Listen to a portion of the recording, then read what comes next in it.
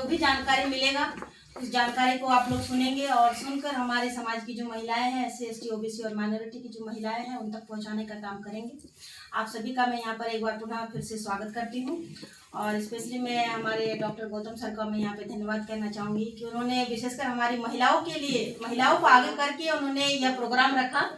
तो मैं माननीय हमारे डॉक्टर सर को और हमारे अजय सर जो हैं उनको भी यहाँ पे धन्यवाद करना चाहूँगी, क्योंकि बहुत कम ही लोग होते हैं जो चाहते हैं कि उनके समाज की जो महिलाएं हैं वो आगे आएँ। इन्होंने जो एक शब्द कहा कि बाबा साहेब ने कहा था कि मैं किसी भी समाज की उन्नति को, समाज की नहीं, मैं किसी भी देश की उन्नति को तब मानता हूँ जहाँ तो जिस देश की महिलाएं किस दशा में है, वहाँ की महिलाओं की जो हालात है उनकी हालात में कितना परिवर्तन है, उससे पता चलता है कि उस देश में कितना परिवर्तन हुआ। तो मैं यहाँ पर आप सभी को, कल 6 दिसंबर था और 6 दिसंबर के दिन जैसा कि सर ने बताया कि 6 दिसंबर के दिन हमारे बाबा साहेब डॉक्टर BR अम्बेडकर जी हमारे बीच नहीं रहे और जिन्हें बहुजनों का मसीहा कहा जाता है। बहुजनों का मतलब SC ST OBC और माइनॉरिटी, जिनकी संख्या भारत में 85% है, उन सभी के लिए और जो अदर हैं, जो ब्राह्मण हैं, इनके लिए भी बाबा साहेब ने संविधान लिखा और भारत के समस्त मतलब जो जनता है उनको वो अधिकार दिया। तो कल वो हमारे बीच, हम सभी के बीच से वो चले गए। ये बहुत ही दुख की बात है, लेकिन आप लोगों को यह भी जानना चाहिए कि बाबा साहेब जो थे उनकी मृत्यु नहीं हुई थी।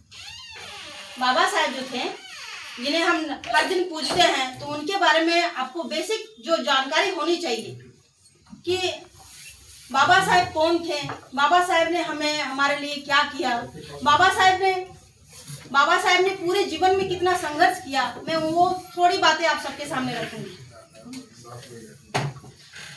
तो साथियों, आप सभी को जानना चाहिए, आप सभी को ये जानकारी होनी चाहिए कि 6 दिसंबर के दिन बाबा साहेब जो थे उनकी मृत्यु नहीं हुई थी, बल्कि उनकी हत्या हुई थी। 5 दिसंबर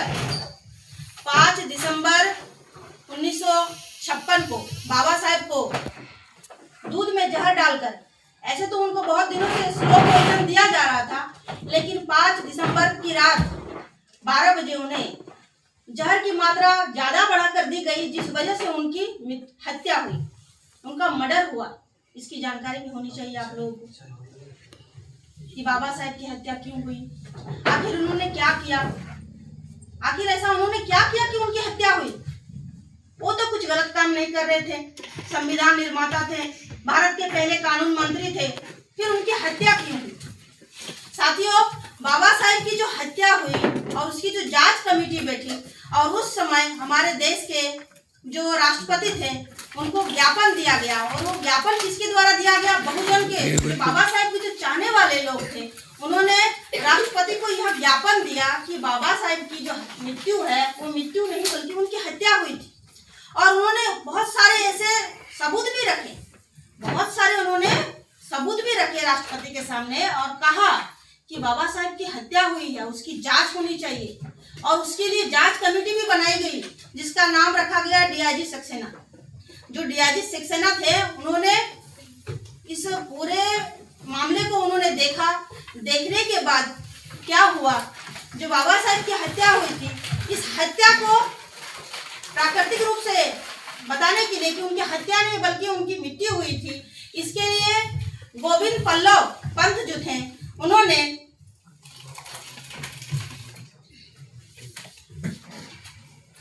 26 नवंबर 1957 को लोकसभा में यह घोषणा किया कि बाबा साहेब की हत्या नहीं बल्कि उनकी प्राकृतिक मृत्यु हुई थी। तो साथियों, उन्होंने जो ज्ञापन दिया था हमारे लोगों ने, तो उन्होंने सबूत दिया था, और सबूत में क्या था, ये सबूत मैं अपने तौर से, अपने खुद से नहीं बोल रही हूँ, ये सबूत बहुत सारी किताबों में लिखे गए हैं, बहुत सारे किताब भी छापे गए हैं, लेकिन आज तक बाबा साहेब की जो हत्या हुई थी इसके बारे में जानकारी ना तो हमारे लोगों को है, और जिन्होंने जो हत्या की, जिन्होंने बाबा साहेब की हत्या की, वो उनके जो अपराधी है वो आज भी आजाद घूम रहे। बाबा साहेब की हत्या जो हुई उसमें जो सबूत रखे गए थे, पहला सबूत क्या था कि 2 और जिसमें बाबा साहेब को कोई बीमारी नहीं निकली थी सिवाय शुगर की। अभी आप ही बताइए, शुगर से कोई इंसान मरता है? नहीं मरता। दूसरा, बाबा साहेब का जो सेवक था, जिसका हर दिन काम था, बाबा साहेब का जो सेवक था उसका हर दिन काम था बाबा साहेब को चाय देने का, लेकिन उस दिन बाबा साहेब के कमरे में बाबा साहेब की जो पत्नी थी, जिसका नाम सविता कबीर था, बाबा साहेब की ये दूसरी पत्नी थी जो असल में ब्राह्मण थी। तो बाबा साहेब की जो पत्नी थी वो उस सेवक को उस दिन कमरे में जाने नहीं देती, बोलती है मत जाओ, तुम मत जाओ अभी, जबकि उसका हर दिन जाने का काम था, कभी उसको रोका नहीं गया, लेकिन उसी दिन उसको रोका गया।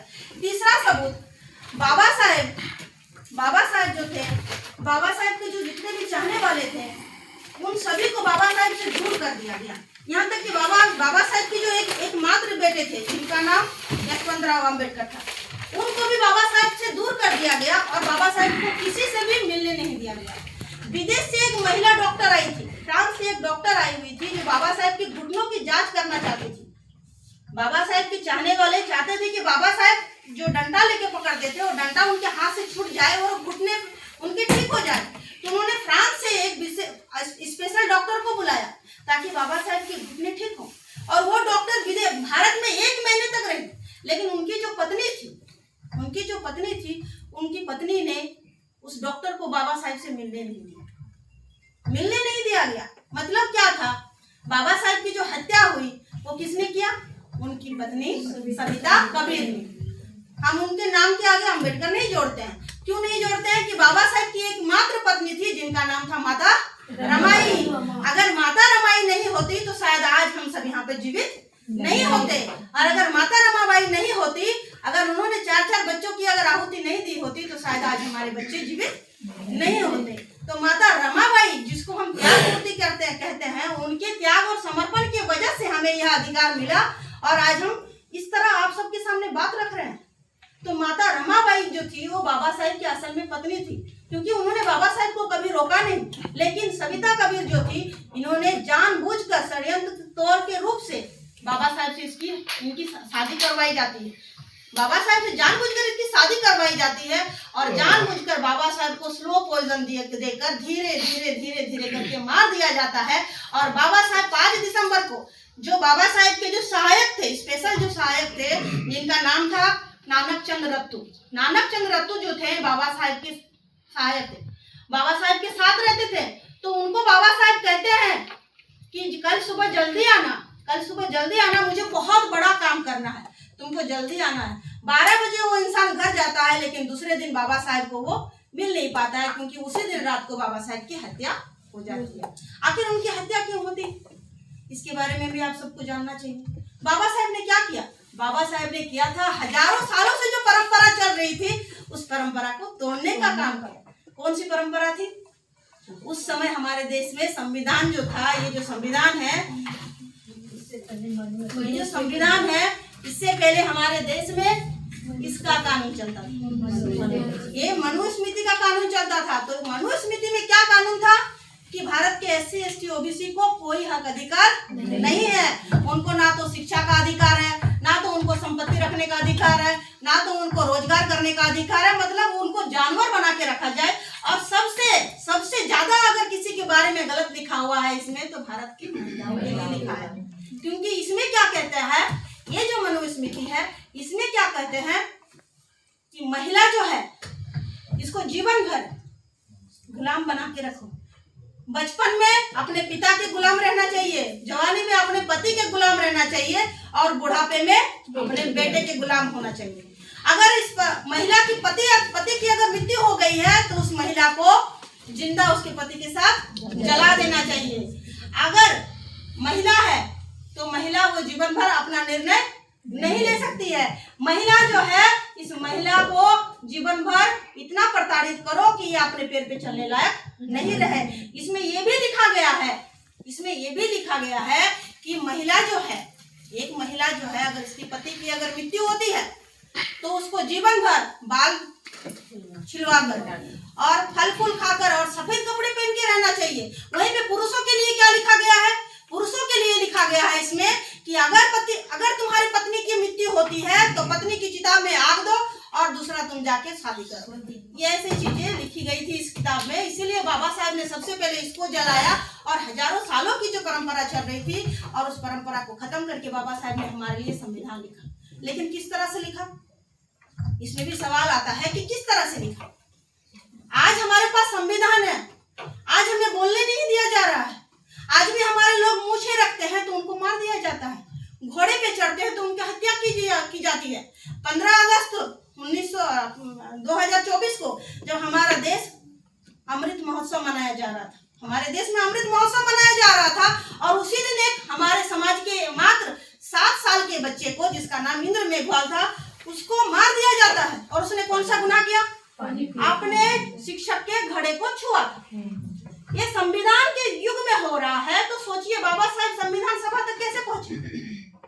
जैसे ही 26 जनवरी आता है तो हमारे दिमाग में दो ही सवाल उत्पन्न होता है। क्या? आज 26 जनवरी है, आज हमारे देश में संविधान लागू हुआ था, और दूसरा बाबा साहब ने संविधान लिखा। लेकिन किस तरह से बाबा साहब ने संविधान लिखा, किस तरह से बाबा साहब संविधान सभा तक पहुंचे, इसकी जानकारी हमारे लोगों को नहीं है। मैं संविधान पे इसलिए बात कहना चाहती हूँ क्योंकि ये जो संविधान है, इस संविधान के आने की वजह से इस देश में अगर सबसे ज्यादा किसी को अधिकार मिला है तो हमारे देश की महिलाओं को मिला है। हमारे देश की महिलाओं को मिला है। आज आप लोग जो यहाँ बैठे हैं ना, ये एकमात्र इसकी देन है, एकमात्र इसकी देन है। तो साथियों, मैं आप सबको कम समय में आप सबको मैं बताना चाहूंगी कि बाबा साहब संविधान सभा तक कैसे पहुंचे। आज हमारे लोगों को बोलने पे मार दिया जाता है, तो क्या उस समय बाबा साहब को संविधान सभा तक यूं ही पहुंचने दिया? तो साथियों, बाबा साहब जब 1916 को बाबा साहब जब अपने राजनीतिक जीवन में आए, तो बाबा साहब ने अपने जीवन का एक उद्देश्य बनाया। और कौन सा उद्देश्य था? व्यवस्था परिवर्तन का, व्यवस्था परिवर्तन का। क्योंकि उस समय इसकी व्यवस्था चल रही थी, मनुस्मृति की व्यवस्था चल रही थी। तो बाबा साहब चाहते थे कि इस मनुस्मृति को खत्म किया जाए और इस देश में समता, स्वतंत्रता और न्याय के आधार पर नए भारत का, नए समाज का, नए राष्ट्र का निर्माण किया जाए। तो साथियों, उस समय जो व्यवस्था चल रही थी, उस व्यवस्था का क्या नाम था? वर्ण व्यवस्था। क्या था? वर्ण व्यवस्था। उस व्यवस्था में क्या कौन थे? पहले थे ब्राह्मण, दूसरा था क्षत्रिय, क्षत्रिय मतलब राजपूत, तीसरा था वैश्य मतलब लाला बनिया, और चौथा था शूद्र।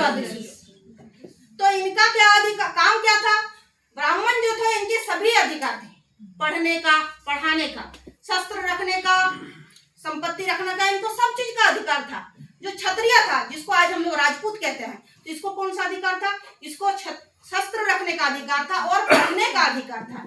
जो वैश्य था, जिसको हम लोग लाला कहते हैं, इनको कौन सा अधिकार था? इनको संपत्ति रखने का अधिकार था और पढ़ने का अधिकार था, शस्त्र रखने का अधिकार नहीं था। अभी बचा शूद्र, इसको तो एक अधिकार होना चाहिए ना, एक अधिकार होना चाहिए। तो इसको कौन सा अधिकार था? इसको एकमात्र अधिकार था इन तीनों वर्णों की सेवा करना, इन तीनों वर्णों की सेवा करना। तो बाबा साहब इस व्यवस्था को उल्टा करना चाहते थे, एक समान करना चाहते थे। जैसे ये पेन है, ये ब्राह्मण, ये क्षत्रिय, ये वैश्य, ये शूद्र, सबसे नीचे शूद्र है। तो बाबा साहब इसको ऐसा करना चाहते थे, सबको एक समान अधिकार मिलना चाहिए। क्योंकि ये जो शूद्र थे साथियों, इसको एकमात्र अधिकार था इनकी सेवा करना। तो क्या होगा? सेवा करने से एक बार बहुत सारे शूद्र हजारों सालों तक इन तीनों वर्णों की सेवा की। तो सेवा करने पर उन्होंने पूछा ब्राह्मण को कि इस तीनों वर्णों की सेवा करेंगे तो हमें क्या होगा? तो आप ब्राह्मण बनोगे। तो हमारे लोगों ने इन तीनों वर्णों की सेवा हजारों सालों तक की, हजारों सालों तक की, और हजारों सालों तक करने के बाद ब्राह्मण के पास गए और उनको कहा कि हमने बहुत सारा पुण्य कमा लिया है, अब हम ब्राह्मण कब बनेंगे? तो ब्राह्मण कहता है अगले जन्म में, इस जन्म में नहीं, मतलब हम अगले जन्म में ब्राह्मण बनेंगे। इसके लिए हमारे लोगों ने इनकी सेवा हजारों सालों तक की। इस व्यवस्था को बाबा साहब खत्म करना चाहते थे और हमारे देश में संविधान मतलब समता, स्वतंत्रता, सबको एक समान अधिकार देना चाहते थे। तो साथियों, बाबा साहब जब अपने सामाजिक जीवन में आए तो बाबा साहब ने हमारे लोगों को समझाने का बहुत प्रयास किया। लेकिन परिवर्तन जो होता है वो एक बार में नहीं होता है और अकेले नहीं होता है, उसके लिए समाज को जागृत करना पड़ता है, समाज के लोगों को समझाना पड़ता है, दोस्त और दुश्मन की पहचान करवानी पड़ती है। तो बाबा साहब ने अपने जीवन में 2 आंदोलन किए। एक आंदोलन था महाड़ जल सत्याग्रह का आंदोलन। 25 दिसंबर 1927 को बाबा साहब ने महाड़ जल सत्याग्रह किया और उसी दिन बाबा साहब ने इस मनुस्मृति को जलाया। इस मनुस्मृति को जलाया और उस दिन बाबा साहब भाषण भी देते हैं। और भाषण किसको देते हैं? हमारी महिलाओं को कहते हैं। क्यों, क्या कहते हैं बाबा साहब कि हे माँ, आज हम समाज में अधिकार वंचित है, आज हम समाज में अछूत है, आज हम समाज में शूद्र हैं, आज हम समाज में अधिकार वंचित है, क्योंकि हमने आपकी कोख से जन्म लिया है। मतलब ये जो व्यवस्था चल रही है, इस व्यवस्था ने आपकी कोख को अछूत घोषित किया है, आपकी कोख को शूद्र घोषित किया है। तो ये जो अछूतपन का दाग आपके ऊपर लगा है, ये कोई और धोने वाला नहीं है। इसके लिए आपको ही आगे आना पड़ेगा, इसके लिए आपको ही आगे आना पड़ेगा। इसीलिए बाबा साहब सबसे ज्यादा अगर अपने राजनीतिक जीवन में अगर बाबा साहब किसी के लिए काम करना चाहते थे तो बाबा साहब महिलाओं के लिए करना चाहते थे। क्यों करना चाहते थे? क्योंकि बाबा साहब के पहले भी बहुत बड़े बड़े आंदोलन हुए और उस आंदोलन की शुरुआत किसने की? बुद्धा ने। सबसे पहले बुद्धा ने आंदोलन शुरू किया। बुद्धा के जो भिक्षु संघ थे साथियों, उसमें महिलाएं शामिल थी।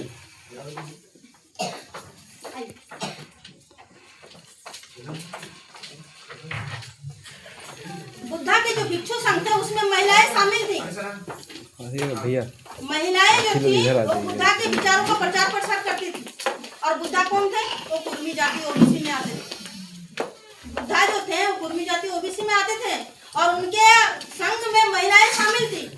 और उसके बाद साथियों जो सम्राट अशोक, जिनको चक्रवर्ती सम्राट अशोक का जिनको कहते हैं, उनके आंदोलन में भी सम्राट अशोक ने अपनी बेटी को आंदोलन में उतारा। अपनी बेटी को उन्होंने विदेश भेजा, पूरी दुनिया में भेजा, जिनका नाम संघमित्रा था। और उनको कहा कि जाओ और जो हमारा विचार है, जो हमारे समाज में जो कमी है, खामियां है, जो परिवर्तन करना है, ये तुमको करना है। मतलब उन्होंने भी महिलाओं को आगे बढ़ाने का काम किया। उसके बाद साथियों जो राष्ट्रपिता ज्योतिबा फुले थे, सम्राट अशोक जो थे ये भी ओबीसी में आते हैं और राष्ट्रपिता ज्योतिबा फुले जो थे ये भी ओबीसी में आते हैं, ये माली जाति के थे। तो इन्होंने सबसे पहले जो परिवर्तन किया, सबसे बड़ा जो परिवर्तन किया वो महिलाओं के लिए। भारत देश में सबसे पहले स्कूल खोलने का काम अगर किसी ने किया तो राष्ट्रपिता ज्योतिबा फुले ने किया। इन्होंने सबसे पहले अपने जो बीबी थी, अनपढ़ बीबी को उन्होंने पढ़ाया, अनपढ़ बीबी को उन्होंने पढ़ाया और पढ़ा लिखा कर इस लायक बनाया कि माता सावित्रीबाई फुले, जिन्हें हम शिक्षा की देवी कहते हैं, और उन्होंने 1 जनवरी 1848 को भारत की महिलाओं के लिए पहला स्कूल खोला। आज हम शिक्षा की देवी किसको कहते हैं? आप सबको पता है। उन्होंने स्कूल बनाया, आपने देखा, तो थोड़ा तो दिमाग का उपयोग करना चाहिए ना आप लोगों को। हाँ, इस मनुस्मृति में महिलाओं को पढ़ने का अधिकार नहीं था, लेकिन राष्ट्रपिता ज्योतिबा फुले ने महिलाओं के लिए स्कूल खोला, महिलाओं के लिए स्कूल खोला। उसका सबूत आप देख सकते हैं, आज भी फुलेवाड़ा है पुणे में। अगर आप जाएंगे तो वहाँ पर माता सावित्रीबाई फुले ने जो पहला स्कूल खोला तो हमारे आंखों के सामने है। लेकिन माता सरस्वती जिन्हें हमारे महिलाएं शिक्षा की देवी कहते हैं, उन्होंने कौन सा स्कूल खोला था उसे आज तक किसी ने नहीं देखा, उन्होंने उसको किसी ने नहीं देखा। लेकिन फिर भी हम क्या करते हैं, शिक्षा की देवी किसी और को मानते हैं। तो भारत में सबसे बड़ा परिवर्तन अगर किसी ने किया तो राष्ट्रपिता ज्योतिबा फुले ने और उनकी पत्नी माता सावित्रीबाई फुले ने। उस समय राष्ट्रपिता ज्योतिबा फुले ने भारत की जो विधवा महिलाएं थी उसके लिए उन्होंने आश्रम खोले। उस समय साथियों एक रिवाज था। क्या रिवाज था? उस समय था कि बच्चियां जो थी वो 5-6 साल में उनकी शादी 40, 50, 60 साल के पुरुषों के साथ कर दिया जाता था। तो क्या होता था, ये जो पुरुष जो थे ये कुछ दिन जीने के बाद ये मर जाते थे। तो ये बच्चे जब बड़े होते थे, ये जो बच्चियां जब बड़े होते थे तो उनके घर में उनके जो दूसरे पुरुष होते थे वो उनके साथ शारीरिक शोषण करते थे, उनके साथ शारीरिक शोषण करते थे। तो उस समय महिलाएं आत्महत्याएं करती थी। तो उन आत्महत्याओं को रोकने का काम सबसे पहले राष्ट्रपिता ज्योतिबा फुले ने किया और उन्होंने उस समय महिलाओं के लिए आश्रम खोला और महिलाओं के लिए स्कूल खोला। और जो उनकी जो महिलाएं जो थी, और विशेषकर वो महिलाएं हमारे ब्राह्मण समाज की थी, ब्राह्मण समाज की महिलाएं थी, उसी में से उसी में से जोशीबाई नाम की एक महिला थी जिसकी बेटे को राष्ट्रपिता ज्योतिबा फुले गोद भी लेते हैं। उसी के उन्हीं में से एक महिला थी जिनका नाम काशीबाई जोशी थी। वो काशीबाई जोशी जो थी साथियों, वो विधवा ब्राह्मण, और उनके ही घर में उनके जो पति के जो बड़े भाई थे और ससुर जो थे, उन्होंने उनके साथ अत्याचार किया और वो प्रेग्नेंट हो गई। तो जो प्रेग्नेंट हो गई तो कहाँ पे आत्महत्या करने के लिए आई? राष्ट्रपिता ज्योतिबा फुले के कुएं में वो आत्महत्या करने के लिए आई थी। तो राष्ट्रपिता ज्योतिबा फुले उसको टोकते हैं और पूछते हैं, बेटी क्या कर रही हो? तो रोती है और रोने के बाद वो अपना दुखड़ा सुनाती है। तो राष्ट्रपिता ज्योतिबा फुले क्या करते हैं, उस महिला को, ब्राह्मण महिला थी लेकिन फिर भी राष्ट्रपिता ज्योतिबा फुले उस महिला को पकड़ते हैं हाथ में और उसको अपने घर लेके जाते हैं और माता सावित्रीबाई फुले को कहते हैं कि इसकी सेवा तुम करो, इसका बच्चा जब होगा इस बच्चे को हम गोद में लेंगे। और उनका जो बच्चा पैदा होता है जिसका नाम यशवंत राव रखा जाता है, और उस बच्चे को साथियों राष्ट्रपिता ज्योतिबा फुले डॉक्टर भी बनाते हैं। ये हमारा वास्तविक इतिहास है। अभी आपने सर ने सुना, सर ने कहा कि सबसे बड़ा अगर घोटाला भारत में अगर किसी चीज का हुआ है तो वो इतिहास का हुआ है, क्योंकि हमें हमारा वास्तविक इतिहास पता ही नहीं। हमें पढ़ने लिखने का अधिकार तो बाबा साहेब ने दिया, लेकिन हमें क्या पढ़ना चाहिए और क्या नहीं पढ़ना चाहिए ये शासक जातियों ने हमें नहीं दिया। हमें क्या पढ़ाया गया? तिलक के बारे में, नेहरू के बारे में, गांधी के बारे में, इन सब के बारे में पढ़ाया गया। लेकिन हमारे जो महापुरुष थे, बुद्धा के बारे में, सम्राट अशोक के बारे में, राष्ट्रपिता ज्योतिबा फुले के बारे में, माता सावित्रीबाई फुले के बारे में, इनके बारे में पढ़ाया नहीं, इनके बारे में पढ़ाया नहीं गया। इसीलिए साथियों ये जो हमारे महापुरुष थे, इन सभी महापुरुषों की जो आंदोलन थे, इस आंदोलन को बाबा साहेब ने पढ़ा और पढ़ लिख कर बाबा साहेब ने भारत की महिलाओं के लिए सबसे बड़ा काम किया। और उस दिन बाबा साहेब 26 दिसंबर 1927 को बाबा साहेब मनुस्मृति को जलाते हैं और जला के महिलाओं को कहते हैं कि आपके अंदर जो ये ब्राह्मणों ने दोष लगाया है कि आप अछूत हो, आप आदिवासी हो, आप शूद्र हो, तो इसको धोने का काम होगा और कोई नहीं कर सकता है। इसको आपको ही आगे आना होगा और आपको ही खत्म करना होगा। तो साथियों उस समय बाबा साहेब ने महार जल सत्याग्रह का आंदोलन जो किया, उस आंदोलन में क्या था कि एक उस समय हमारे लोगों को तालाब का पानी कोई पी नहीं सकता था, हम नहीं पी सकते थे। उस तालाब का पानी गधा पी सकता है, कुत्ता पी सकता है, सुअर पी सकता है, गाय पी सकती है, बैल भी पी सकता है, लेकिन हम जो बहुजन थे उनको पीने का अधिकार नहीं था। तो उस समय बाबा साहेब समाचार में ये न्यूज़ फैलाते हैं और कहते हैं कि आप हमें हिंदू कहते हो, हिंदू के नाम पे हमारा इस्तेमाल करते हो, आप हमें कहते हो कि आप हमारा भाई हो, तो चलो हमें इस तालाब का पानी पीने का परमिशन दो। 3 साल ये आंदोलन चलता है लेकिन हमारे लोगों को पानी पीने का परमिशन नहीं मिलता है। तो भी बाबा साहेब फिर हमारे लोगों को कहते हैं कि अब पता चला कि आपका दोस्त कौन है, दुश्मन कौन है, लेकिन फिर भी हमारे लोग नहीं समझते हैं, हमारे लोग समझते नहीं है। तब उस समय बाबा साहब दूसरा एक बड़ा आंदोलन करते हैं और वो आंदोलन था काला राम मंदिर का आंदोलन। काला राम मंदिर का जो आंदोलन था साथियों, उस आंदोलन उस समय क्या था कि हमारे लोगों को मंदिर में प्रवेश करने का, हमारे लोगों को मंदिर में प्रवेश करने का अधिकार नहीं था। आज हम लोग मंदिर जाते हैं ना, 365 दिन में सब जाते हैं। मैं आपकी बात नहीं कर रही, आपकी कॉमन बात नहीं कर रही, सबसे ज्यादा दलित लोग ही जाते हैं। देखिए मैं ऐसा नहीं बोल रही हूँ कि दलित जाता है ना। पहला बात, दलित जो शब्द है ये शब्द ही असंवैधानिक है। आप अगर बाबा साहेब को मानते हैं तो असंवैधानिक शब्द का उपयोग ना करें, क्योंकि हम दलित नहीं है, हम बहुजन हैं और बहुजन मंदिर जाता है। और अगर मंदिर नहीं जाता तो शायद राम मंदिर नहीं बनता। वो जो राम मंदिर खड़ा हुआ है हमारे बहुजनों के पैसे के द्वारा खड़ा हुआ है, हमारे लोगों ने जो कमाई किया उसके वजह से वो राम मंदिर खड़ा है। तो उस समय हमारे लोगों को मंदिर जाने का परमिशन नहीं था।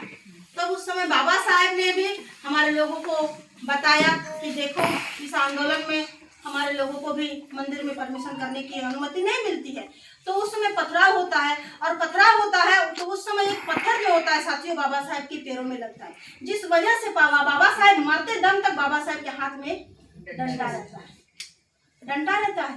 उस आंदोलन में बाबा साहेब को पत्थर लगता है साथियों, और बाबा साहेब हमारे लोगों को कहते हैं कि अगर हम हिंदू होते तो हमें पानी पीने का परमिशन मिलता, अगर हम हिंदू होते तो हमें मंदिर में प्रवेश करने का अधिकार मिलता, लेकिन हम हिंदू नहीं है, इसका ये मतलब आप लोगों के सामने ये साफ साफ आप लोगों को दिख रहा है। तब उस समय क्या करते हैं बाबा साहेब 31 अक्टूबर 1935 को 31 अक्टूबर 1935 को बाबा साहेब हमारे लोगों को एक बुक किया हुआ मैदान होता है, वहाँ पर इकट्ठा करके बाबा साहब हमारे लोगों को लेकर जाते हैं। और उस समय बाबा साहब कहते हैं कि मैं हिंदू धर्म में पैदा हुआ था, ये मेरी बस में नहीं था, लेकिन मैं हिंदू धर्म में मरूंगा नहीं, ये मेरे बस में। मैं हिंदू धर्म में पैदा हुआ था, ये मेरे बस में नहीं था, लेकिन मैं हिंदू धर्म में मरूंगा नहीं, ये मेरे बस में है। तब उस समय बाबा साहब धर्म परिवर्तन करने का निर्णय लेते हैं, धर्म परिवर्तन करने का निर्णय लेते हैं। और बाबा साहब देखना चाहते थे कि मैंने जो 2 बड़े आंदोलन किए, इतना बड़ा जो मैंने 2 बड़े आंदोलन किए बहुजनों को जगाने के लिए, तो उस आंदोलन में हमारे लोग कितना जागृत हुए। तो उसके लिए बाबा साहब 1942 को शेड्यूल कास्ट फेडरेशन का राष्ट्रीय अधिवेशन कहाँ लेते हैं? नागपुर की भूमि में लेते हैं, नागपुर की भूमि में लेते हैं। और उस अधिवेशन में 75,000 लोग आते हैं, 75,000 लोग आते हैं। और आप लोगों को जान के हैरानी होगी कि 75,000 लोगों में से 25,000 महिलाएं होती हैं। क्यों होती है महिलाएं? क्योंकि बाबा साहब ने कहा था अकेले मत आना, अकेले मत आना, अपने घर में माँ हो, बहन हो, मासी हो, बेटी हो, दादी हो, एक न एक महिला को लेके आना।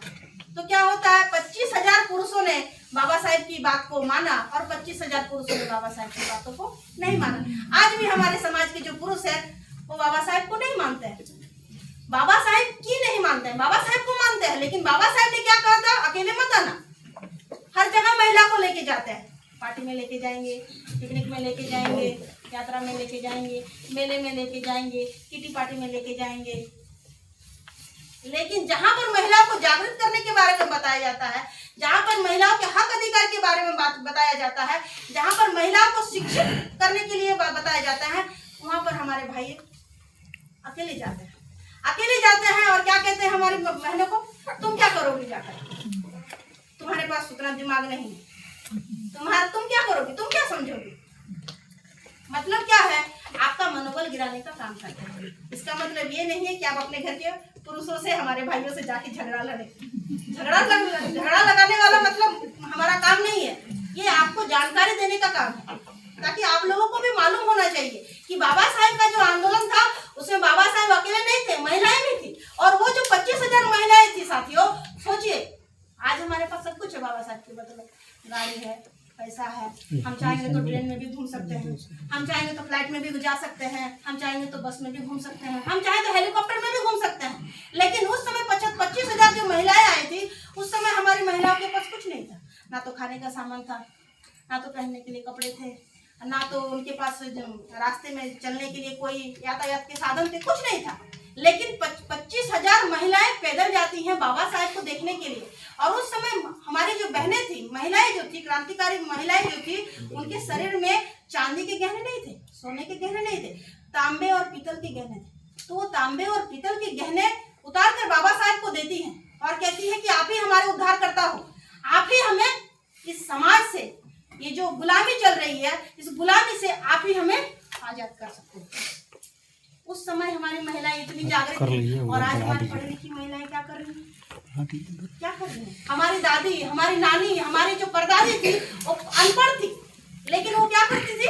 घर का काम करती थी, खाना बनाने का काम करती थी। आज हमारी महिलाएं ग्रेजुएट है, डबल ग्रेजुएट है, लेकिन फिर भी वो वही काम करती हैं, खाना बनाने का भी काम करते हैं, घर तक के सीमित रहते हैं। क्यों रह रही है? क्योंकि आपको अपने हक अधिकार के बारे में पता नहीं है, क्योंकि आप अपने हक अधिकार के बारे में आपने पढ़ा नहीं है। बाबा साहब ने जो संविधान लिखा, तो बाबा साहब ने साफ साफ कहा था कि मुझे संविधान लिखने से ज्यादा रुचि हिंदू कोड बिल लिखने में है। और आप सभी को जानना चाहिए, आप सभी को जानना भी चाहिए कि हिंदू कोड बिल, मेरी आवाज जा रही है ना? जा रही है ना? और आप लोगों को समझ में तो आ रहा है ना? मेरा बोलना तभी सफल होगा जब आप लोगों को समझ में आए। समझ में आ रहा है ना? तो बाबा साहब ने जो हिंदू कोड बिल लिखा, तो आप लोगों को जानना चाहिए कि बाबा साहब जो थे उस समय हमारे देश के पहले कानून मंत्री थे, तो बाबा साहेब ने जब जाना कि हिंदू कोड बिल को हमारी सरकार पास नहीं कर रही है, तो बाबा साहेब अपने जो क्या कहते हैं उसको क्या कानून मंत्री थे, तो कानून मंत्री के पद से बाबा साहेब इस्तीफा दे देते हैं। किसके लिए? आप लोगों के लिए, आप लोगों को आजाद करने के लिए, कि अगर मेरे बहन बेटियों को कोई हक अधिकार नहीं मिला तो मुझे क्या फायदा, मुझे क्या फायदा। मैं कानून मंत्री होकर अगर अपनी बहनों के लिए, अपनी बेटियों के लिए, अपनी माताओं के लिए अगर मैं कुछ नहीं कर पाता हूँ तो मेरा वो कानून मंत्री रहने का कोई मतलब नहीं रह जाता है। इतना कुछ हमारे बाबा साहेब ने किया। तो साथियों, बाबा साहेब की जो आंदोलन था, बाबा साहेब के आंदोलन में 25,000 महिलाएं थी। 25,000 महिलाएं, समझ रहे? 25,000 महिलाएं थी। तो साथियों, वो जो आंदोलन बाबा साहेब ने किया, और बाबा साहेब के आंदोलन की वजह से क्या हुआ कि बाबा साहेब को, तो साथियों बाबा साहेब को अंग्रेजों ने अपने पास बुलाया, क्योंकि उस समय अंग्रेजों का राजकाल चल रहा था। बाबा साहेब को अंग्रेजों ने अपने पास बुलाया और बाबा साहेब को क्या कहा कि आप बहुत बड़े आंदोलनकारी हो, हमने देखा आपने बहुत बड़ा आंदोलन किया। तो इसके लिए बाबा साहेब को उस समय 20 जुलाई 1942 को दिल्ली बुलाकर बाबा साहेब को 4 कैबिनेट मंत्री मिलते हैं। 4 कैबिनेट मंत्री मिलते हैं बाबा साहेब को, जिसमें से पहला था लेबर मिनिस्टर, दूसरा था ऊर्जा मंत्री, तीसरा था सिंचाई मंत्री और चौथा था CPW मतलब सेंट्रल पब्लिक वर्क डिपार्टमेंट। ये 4 अधिकार बाबा साहेब को किसने दिया? अंग्रेजों ने दिया। अंग्रेजों ने दिया, ब्राह्मणों ने नहीं दिया। और हमें क्या पढ़ाया जाता है कि बाबा साहेब के गुरु कौन थे? ब्राह्मण थे। क्यों बताया जाता है? क्योंकि हमें हमारा वास्तविक इतिहास पता ही नहीं है। तो साथियों, बाबा साहेब को जो 4 कैबिनेट मिला, तो उससे क्या होता है, उस समय बाबा साहेब के साथ एक और आदमी था जो आंदोलन कर रहा था। वो भी अपने समाज के लिए आंदोलन कर रहा था, वो भी अपने समाज के लिए लड़ रहा था, और उस इंसान का नाम था मोहनदास करमचंद गांधी। मोहनदास करमचंद गांधी जो है साथियों, इन्होंने अपने जीवन में 21 बार अनशन पर बैठे हैं। 21 बार इन्होंने हड़ताल पर बैठे हैं, भूख हड़ताल पर बैठे हैं। और क्यों बैठा है? आपको ये भी जानना चाहिए कि बहुजनों को हक अधिकार ना मिले, इसके लिए उन्होंने 21 बार अनशन पे बैठा। और बाबा साहब क्या कहते हैं गांधी के बारे में? बाबा साहब की जो किताब है, बाबा साहब ने जो अपने वॉल्यूम लिखे हैं, उसमें बाबा साहब क्या कहते हैं मालूम है आपको? कि मैंने मिस्टर गांधी को सामने से देखा है। बाबा साहेब गांधी को महात्मा नहीं कहते, वो कहते थे कि मैंने मिस्टर गांधी को सामने से देखा है, वो इंसान नहीं शैतान नजर आता है। और ये मैं नहीं कह रही हूँ, बाबा साहब कहते थे। बाबा साहब कहते थे। क्यों कहते थे? क्योंकि ये जो गांधी था साथियों, इनको जब पता चला कि अंग्रेजों ने बुलाकर बाबा साहब को 4 कैबिनेट खाते दे दिए, तो हो सकता है कि आज सिर्फ शेड्यूल कास्ट के लिए इन्होंने आंदोलन किया, तो इनको 4 कैबिनेट खाते मिल गए। और अगर इसने ऐसे ही अगर ये काम करता रहा और अंग्रेज अगर हमारे देश में रहे तो क्या होगा? हो सकता है पूरा देश में जो कंट्रोल है अंग्रेज डॉक्टर अंबेडकर को ना दे दे, डॉक्टर अंबेडकर को ना दे दे साथियों। इसीलिए डॉक्टर बाबा साहेब को रोकने के लिए मोहनदास करमचंद गांधी क्या करते हैं? 9 अगस्त 1942 को ग्वालियर के टैंक पे जाते हैं और वहां पर जाकर कहते हैं, अंग्रेजों भारत छोड़ो, अंग्रेजों भारत छोड़ो, डू और डाई का बात करते हैं, करो या मरो का के बारे में कहते हैं। अंग्रेजों भारत छोड़ो, डू और डाई का मतलब क्या होता है? करो या मरो।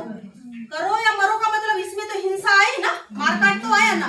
तो जो मोहनदास करमचंद गांधी जीवन भर कहता था कि अहिंसावादी हूँ, अहिंसावादी हूँ, अहिंसावादी हूँ, वो मोहनदास करमचंद गांधी हमारे लोगों को कहता है हिंसा करो। क्यों करो? क्योंकि आपको डॉक्टर अंबेडकर आपको हक अधिकार दे रहा था, इसीलिए अंग्रेजों को मार के भगाओ। बाबा साहेब कभी नहीं चाहते थे कि अंग्रेज हमारे देश से जाए। वो चाहते थे कि अंग्रेज जब तक है तब तक जितना ज्यादा हो सके हमें हमारे बहुजनों के लिए हक अधिकार ले लेना चाहिए। क्यों ले लेना चाहिए? क्योंकि अंग्रेज विदेशी थे, अंग्रेज जाने वाले थे। लेकिन अंग्रेजों के भी पहले कुछ विदेशी हमारे देश में और आए थे। कौन आए थे? डच आए थे, फ्रांसीसी आए थे, मुगल आए थे। लेकिन जो सबसे पहले आया था जिसका नाम आर्य था, वो कभी वापस नहीं गया। डच भी चले गया, फ्रांसीसी भी चले गया, मुगल भी चले गया, अंग्रेज भी चला गया, लेकिन आर्य नहीं गया। और उसी आर्य को आज क्या कहते हैं? ब्राह्मण कहते हैं। और उनकी संख्या कितनी है? मात्र 3.5%। मात्र 3.5% है। और उसकी 5-5 नेशनल पार्टियां हैं, 5-5 नेशनल पार्टियां है। और उस पार्टी को मजबूत करने का काम कौन करता है? हमारे लोग करते हैं। और कंट्रोल कौन करता है? ब्राह्मण करता है। और 85% बहुजन समाज का एक भी नेशनल पार्टी नहीं है। क्यों नहीं है? क्योंकि हमें हमारा इतिहास ही पता नहीं है। इतिहास की जानकारी क्यों होनी चाहिए? ताकि हमें पता होना चाहिए कि हमारे बाप दादाओं की हत्या किसने की, ताकि हमको पता होना चाहिए कि हमारे पूर्वजों की अपमान किसने किया, हमारे पूर्वजों को कितने बार अपमान हुआ है, कितनी बार हमारे सभी पूर्वजों की हत्याएं हुई है, लेकिन हमें पता नहीं है। पता क्यों नहीं है? ताकि आप आंदोलन ना कर सको, आपके अंदर क्रांति उत्पन्न ना हो सके। इसलिए किताबों में हमारे महापुरुषों के बारे में लिखा नहीं जाता है, हमारे महापुरुषों के बारे में बताया नहीं जाता है। जिस वजह से हमको पता ही नहीं है, जिस वजह से साथियों हमको पता ही नहीं है। तो क्या होता है, 1942 को जो मोहनदास करमचंद गांधी जो था, इसने क्या किया? अंग्रेजों को देश छोड़ने का फरमान जारी करते हैं। तो बाबा साहेब चाहते थे कि अंग्रेज जाने से पहले मुझे हमारे लोगों के लिए कुछ और हक अधिकार चाहिए। तो साथियों, तो बाबा साहेब चाहते थे, उस समय संविधान सभा का चुनाव होने वाला था। उस समय बाबा साहेब संविधान सभा के में जाना चाहते थे बाबा साहेब कि मैं भी उस संविधान सभा का जो चुनाव होगा उसमें मैं भी खड़ा हूं और मैं भी जीतूं और संविधान सभा तक मैं भी पहुंचूं। लेकिन गांधी ने, नेहरू ने और सरदार पटेल ने और कांग्रेस ने इस तरह से प्लानिंग की, इस तरह से षड्यंत्र किया कि बाबा साहेब के लिए एक भी चुनाव क्षेत्र नहीं छोड़ा, एक भी चुनाव क्षेत्र बाबा साहेब के लिए नहीं छोड़ा। और इसकी जिम्मेदारी मोहनदास करमचंद गांधी किसको देते हैं? सरदार पटेल को देते हैं, सरदार पटेल को देते हैं। और एक बार गांधी और नेहरू आके सरदार पटेल को पूछते हैं, क्या पूछते हैं कि किस तरह से चल रही है तुम्हारी तैयारी? तो सरदार पटेल कहते हैं कि आप चिंता मत करो बापू, आप चिंता मत करो, मैंने इस तरह से प्लानिंग किया है कि डॉक्टर अंबेडकर संविधान सभा तक ना पहुंच पाए, इसके लिए मैंने खिड़कियां भी और दरवाजा भी बंद करके रखा है।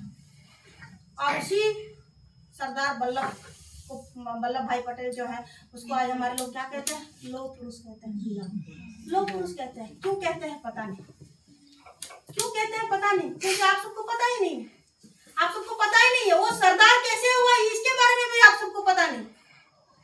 वल्लभ भाई पटेल जो था ये गुजराती था, और सरदार कहाँ होता है? पंजाब में होता है, पंजाब में होता है। फिर ये गुजराती के नाम के आगे सरदार क्यों लगा? तो गांधी और पटेल के बीच में ये मेल जोल था कि तुम मुझे बापू बोलो और मैं तुम्हें सरदार बोलूंगा। और सरदार का दूसरा एक और मतलब होता है, और मतलब कौन सा होता है कि अगर आप अपने किसी आदमी को रखा है काम करने के लिए और वो आदमी आंख मूंद कर आपकी हर बातों को माने, मतलब वो आपका गुलाम बन के काम करे, उसको भी सरदार कहा जाता है। तो इस तरह से साथियों, दोनों ने इस तरह से प्लानिंग किया कि बाबा साहेब संविधान सभा तक ना पहुंच पाए। तब बाबा साहेब क्या करते हैं? बाबा साहेब चिंतित हो जाते हैं, बोलते हैं मेरे पास समय कम है, मेरे पास समय कम है, मेरे 4-4 बच्चों की आहुति दी, मेरे 4-4 बच्चे भूखमरी में मर गए, मेरे 4-4 बच्चे भूखमरी में मर गए, लेकिन मैं अभी तक अपने समाज के लिए कुछ नहीं कर पाया। तब उस समय साथियों बाबा साहेब बहुत चिंतित होते हैं। तब उस समय बाबा साहेब को एक फोन आता है, बाबा साहेब को एक फोन आता है, आप लोग चाहेंगे तो नोट कर सकते हैं। उस समय बाबा साहेब को एक फोन आता है, और फोन कहाँ से आता है? बांग्लादेश से आता है। बांग्लादेश के प्रधानमंत्री फजमुल हक का फोन आता है, और उस समय फजमुल हक बाबा साहेब को कहते हैं कि आप हमारे पास आओ, आपको मैं चुनवा कर संविधान सभा तक भेजता हूँ। तब बाबा साहेब बांग्लादेश जाते हैं, और वहां पर जाकर बाबा साहेब चुनाव लड़ते हैं। वहां से बाबा साहेब चुनाव लड़ते हैं। नमो सुधराई की जाति के जो लोग थे वो बाबा साहेब को वोट देते हैं। वहां पर मुस्लिम लीग की सरकार चल रही थी, वो लोग जो थे बाबा साहेब के लिए जगह छोड़ते हैं, और बाबा साहेब वहां से चुनाव लड़ते हैं। और इस तरह से बाबा साहेब चुनाव लड़कर बाबा साहेब जीत कर संविधान सभा तक पहुंचते हैं। लेकिन साथियों, ये जो गांधी है और ये जो नेहरू है, ये फिर से डर जाते हैं कि मैंने इतना प्रयास किया फिर भी डॉक्टर अम्बेडकर संविधान सभा तक पहुंच गया। मैंने इसके लिए खिड़कियां भी बंद किया, दरवाजे भी बंद किया, फिर भी ये पहुंच गया। तब ये लोग क्या करते हैं, जिन 4 जिलों से बाबा साहेब जीत कर आते हैं, इन 4 जिलों को गांधी और नेहरू क्या करते हैं, पाकिस्तान को दे देते हैं। उस समय भारत और पाकिस्तान का बंटवारा होता है और जो 4 जिला था साथियों, जिसका नाम था जस्सो, खुन्ना, फरीदपुर और बोरीसाल, इन 4 जिलों को गांधी और नेहरू पाकिस्तान को दे देते हैं। मतलब बाबा साहेब ने जो इतना मतलब प्रयत्न किया, वो बाबा साहेब का पूरा फेल हो जाता है। तब बाबा साहेब क्या करते हैं, सीधा लंदन जाते हैं और वहां पर जाकर बाबा साहेब क्लेमेंट एटली से मिलते हैं, जो उस समय भारत के प्रधानमंत्री थे, क्योंकि उस समय अंग्रेजों की सरकार चलती थी। क्लेमेंट एटली से बाबा साहेब मिलते हैं और क्लेमेंट एटली से जाकर बाबा साहेब कहते हैं कि आप हमारी व्यवस्था करो, मैं अपने लोगों के लिए हक अधिकार पाना चाहता हूँ।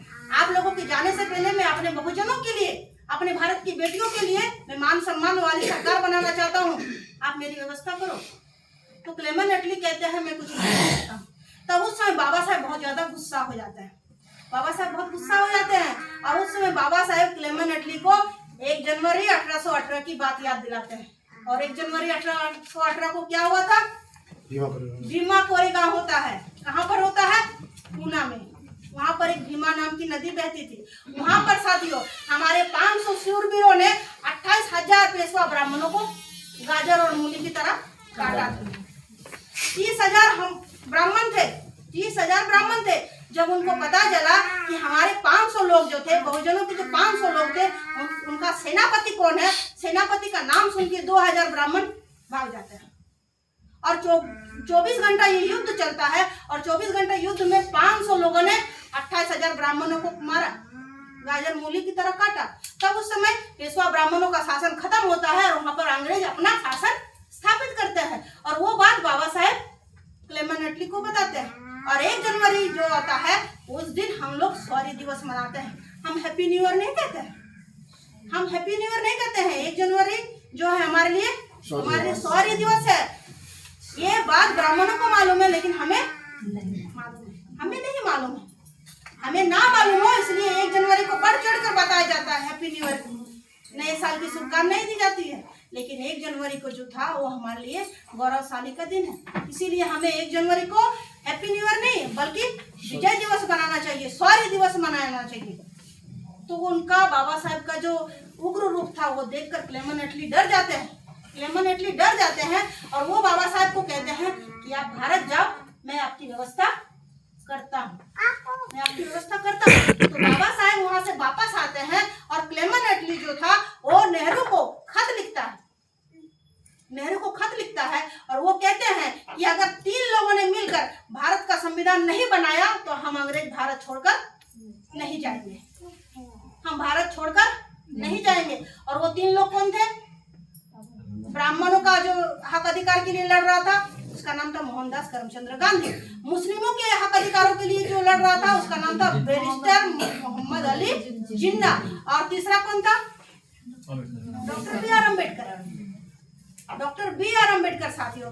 तो बाबा साहेब के लिए गांधी ने और नेहरू ने एक भी चुनाव क्षेत्र नहीं छोड़ा था। तो मुंबई में डॉक्टर जयकर नाम का एक आदमी जहां से चुनाव लड़ने वाला था उसको वहां से हटा दिया जाता है और वहां से बाबा साहेब चुनाव लड़ते हैं। और चुनाव लड़कर, आप लोग इधर देखिए, सुनिए, उनसे बाद में भी मुलाकात हो सकती है।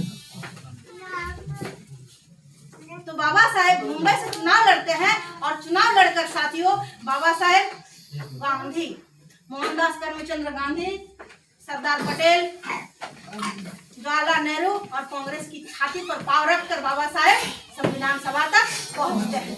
इतना संघर्ष किया और हमारे लोग क्या कहते हैं, डॉक्टर अम्बेडकर ने संविधान लिखा। ऐसे ही नहीं लिखा, बहुत बड़ा संघर्ष किया बाबा साहेब ने। अपना जीवन नहीं देखा, अपने बच्चे नहीं देखे, अपनी जो बीमार पत्नी थी माता रमाई थी वो बहुत बीमार रहती थी उन दिनों। वो चाहती थी कि बाबा साहेब उनके साथ आकर रहे, वो चाहती थी कि उनके बाबा साहेब उनकी मतलब देख रेख करे, लेकिन माता रमाबाई की इस देख रेख बाबा साहेब नहीं करते हैं। बाबा साहेब का जो आखिरी बच्चा था साथियों, जिसका नाम बाबा साहेब राजरत्न था बाबा साहेब, तो बाबा साहेब को जो पता चलता है कि उनका आखिरी पुत्र जो था वो मर गया। तो बाबा साहेब जैसे ही अपने घर जाते हैं तो अपने मरे हुए बच्चे को देखते हैं और मरे हुए बच्चे को छोड़कर साथियों बाबा साहेब माता रमाबाई को कहते हैं कि माता रमाई, मैं रमाई में जा रहा हूँ, रमाई में जा रहा हूँ। तब उस समय गांव बाप है रे? अम्बेडकर तो कैसा बाप है? तेरा बेटा तेरा नाम ले लेके मर जाता है और तू अपने मरे हुए बच्चों को छोड़ के जाता है। तो बाबा साहब क्या कहते हैं कि अगर आज मैं नहीं गया तो मेरे समाज का ऐसे ही हर एक व्यक्ति का बच्चा ऐसे ही भूखमरी में मरेगा, बिना इलाज के मरेगा, बिना हक अधिकार प्राप्त किए ही मरेगा। तो उस समय बाबा साहब माता रमाबाई के पास जाते हैं और माता रमाबाई के पास जाके कहते हैं, रामू, प्यार से बाबा साहब अपनी पत्नी को रामू कहते थे कि रामू अगर कुछ पैसे हैं तो दे दो, रामू अगर कुछ पैसे हैं तो दे दो। लेकिन सोचिए, माता रमाबाई के बच्चे मर रहे थे, लेकिन माता रमाबाई ने वो पैसे अपने बच्चों पे नहीं खर्च किया, बाबा साहब के लिए रखा, बाबा साहब के लिए रखा। तो बाबा साहब उस समय रोने लगते हैं और माता रमाबाई अपने जो साड़ी की पल्लू में जो पैसे बाबा साहब बचा के रखते हैं, उस पैसे को बाबा साहब को वो देती हैं, बाबा साहब को देती है, रोते रोते देती हैं, रोते रोते देती हैं। साथियों, आज सोचिए, आज हमारे बच्चे पढ़ लिख रहे हैं, आज हमारे बच्चे को कुछ भी हो जाता है तो हम बड़े बड़े हॉस्पिटल में जाके ट्रीटमेंट कराते हैं। आज हमारे बच्चे को कुछ भी हो जाता है तो हम दिल्ली से छोड़िए विदेश में भी इलाज करा सकते हैं। और भारत का पहला कानून मंत्री था, भारत का इतना बड़ा लिखा बैरिस्टर, भारत का सबसे बड़ा पढ़ा लिखा आदमी था, जिसका बच्चा भूखमरी में मरता है, पैसे रहते हुए भी मरता है। क्यों मरता है? क्योंकि माता रमाबाई चाहती थी कि उनके समाज का हर बच्चा जीवित रहेंगे। उन्होंने अपने बच्चे को मरने दिया। हमारा जो घर है ना, हमारा घर है, उसमें 4 पिलर लगता है ना बनने में, इन 4 पिलर में बाबा साहब के 4 बच्चे दफन है, माता रमाबाई के 4 बच्चे दफन है। तब जाके हमारा घर खड़ा है, तब जाके हमारा घर खड़ा हुआ है। इतना संघर्ष माता रमाबाई ने किया, लेकिन हमें माता रमाबाई के बारे में पता नहीं। आज हमारी महिलाएं अपने घर के पुरुषों को कहती है, सामाजिक काम क्या करोगी करके। अगर उस समय माता रमाबाई बाबा साहब को रोक लेती तो, अगर उस समय माता रमाबाई बाबा साहब को रोक लेती तो क्या होता? क्या हमें हक अधिकार मिलता? क्या हमारे बच्चे जीवित होते? क्या आज मैं आपके सामने खड़ी हूँ, इस तरह खड़ी हो पाती? नहीं हो पाती। लेकिन माता रमाबाई जो थी, उन्होंने बाबा साहब को रोकने का काम नहीं किया, बल्कि उनको आगे बढ़ने का काम किया। और माता रमाबाई क्या करती है, अपने बचे हुए पैसे बाबा साहब को देती है और अपने साड़ी के पल्लू को फाड़ती है और उसमें अपने मरे हुए बच्चे को लपेट कर और दफनाती है। नहीं चल रहा। इतना संघर्ष बाबा साहब ने किया, तब जाके बाबा साहब संविधान सभा तक पहुंचे। और संविधान सभा में साथियों जाकर बाबा साहब क्या करते हैं, हमारे लिए हक अधिकार लिखते हैं, लड़कर प्राप्त करते हैं, लड़कर प्राप्त करते हैं। ऐसे नहीं मिलता है। डिबेट होता था उस समय, बाबा साहब को जो थे उस समय बाबा साहब थे साथियों, उस समय बाबा साहब को ड्राफ्टिंग कमेटी यानी कि मसौदा समिति के अध्यक्ष बनाया जाता है बाबा साहब को। और संविधान सभा जो होता है साथियों, संविधान समिति जो होती है उसका अध्यक्ष डॉक्टर राजेंद्र प्रसाद को बनाया जाता है। तो क्या होता था, इनका भी काम अलग था, इनका भी काम अलग था। तो बाबा साहब अगर कोई ड्राफ्टिंग करते थे, मतलब कुछ लिखते थे, तो उसके लिए डिबेट होता था, डिस्कशन होता था, वोट होता था, तब जाके एक एक अधिकार हमें मिला। ऐसे ही नहीं मिला है कि उन्होंने लिख दिया तो संविधान में पारित हो गया, ऐसे नहीं होता। हर एक चीज के लिए बाबा साहब ने लड़ा है, बाबा साहब ने लड़ा है साथियों। और इस तरह से बाबा साहब वहाँ पर संविधान सभा तक पहुँचते हैं।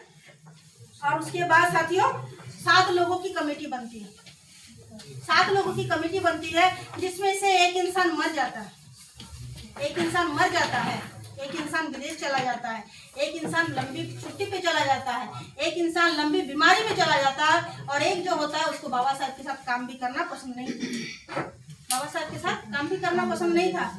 तो मात्र अकेले बाबा साहब ने हमारे लिए 2 साल 11 महीने 17 दिन समय दिया और हमारे लिए भारतीय संविधान तैयार किया, जिसमें 395 आर्टिकल्स थे, 395 आर्टिकल्स थे और 8 अनुसूचियां थी, जो आज 12 है। इस तरह से बाबा साहब ने हमारे लिए संविधान लिखा। तो संविधान सभा की अगर आपको सही में साथियों अगर सही में आपको संविधान जानना है कि संविधान क्या है, तो उससे पहले मनुस्मृति पढ़िए, उससे पहले आपको मनुस्मृति पढ़िए। क्योंकि जाति पे बांटकर हमें हक अधिकार नहीं मिला, मतलब ब्राह्मणों ने हमें हक अधिकार ना देने के लिए ये कानून लिखा और बाबा साहब ने हमें हक अधिकार देने के लिए संविधान लिखा, मतलब बहाल करने के लिए बाबा साहब ने हमारे लिए संविधान लिखा। तो संविधान पढ़ने से पहले साथियों आप सभी को मनुस्मृति पढ़ना चाहिए। जब आप मनुस्मृति पढ़ेंगे ना तब आपको इसका कद्र मालूम चलेगा कि ये असल में है क्या। हमारे लोग संविधान की तो बात करते हैं लेकिन संविधान पढ़ते नहीं है। इस संविधान की शुरुआत कैसे हुई साथियों, इसके बारे में मैं बताना चाहूंगी। संविधान की शुरुआत कैसी होगी, इसके लिए जब समय आता है तो एच.जी. कामत जो होते हैं वो उठकर खड़े होते हैं और वो कहते हैं कि संविधान की शुरुआत ईश्वर के नाम से होनी चाहिए। संविधान की शुरुआत ईश्वर के नाम से होनी चाहिए। और पंडित मदन मोहन मालवीय जो थे वो उठकर खड़े होते हैं और वो कहते हैं कि संविधान की शुरुआत ओम से होनी चाहिए। तब उस समय बाबा साहब उठकर खड़े होते हैं और बाबा साहब कहते हैं कि संविधान की जो शुरुआत है वो इंसान के नाम से होनी चाहिए, लोगों के नाम से होनी चाहिए। तो उस समय साथियों डिबेट होता है, डिस्कशन होता है और वोटिंग होता है। आप लोगों को जान के हैरानी होगी कि 60% वोट जो होता है साथियों वो इंसानों को मिलता है और 40% वोट भगवान को मिलता है। पहली बार संविधान सभा में भगवान हारा और इंसान जीता। और आज हमारे लोग क्या करते हैं, उसी हारे हुए भगवान के पीछे दौड़ते हैं। संविधान की शुरुआत होते ही भगवान हार गया, लेकिन आज हमारे लोग क्या करते हैं, उसी हारे हुए भगवान के पीछे अपना समय गंवाते हैं। इसीलिए भारत का संविधान जो होता है साथियों, संविधान की शुरुआत कैसे होती है, we the people of India, हम भारत के लोग। फिर साथियों इस तरह से आता है भारत का पहला आर्टिकल। आप लोग को पता है भारत का पहला आर्टिकल क्या है, संविधान का पहला आर्टिकल क्या है। संविधान की बात बहुत करते हैं, संविधान को घर में लाके भी रखते हैं, संविधान को गिफ्ट में भी देते हैं, है ना। लेकिन संविधान का पहला आर्टिकल क्या है, संविधान का पहला आर्टिकल कहता है इंडिया दैट इज भारत। पहला आर्टिकल है। 395 आर्टिकल बाबा साहब ने लिखा, लेकिन एकमात्र आर्टिकल ऐसा था जिसको बाबा साहब ने हिंदी में भी लिखा और इंग्लिश में भी लिखा। क्यों लिखा, क्योंकि बाबा साहब जानते थे कि मेरे मरने के बाद ये जो ब्राह्मण लोग हैं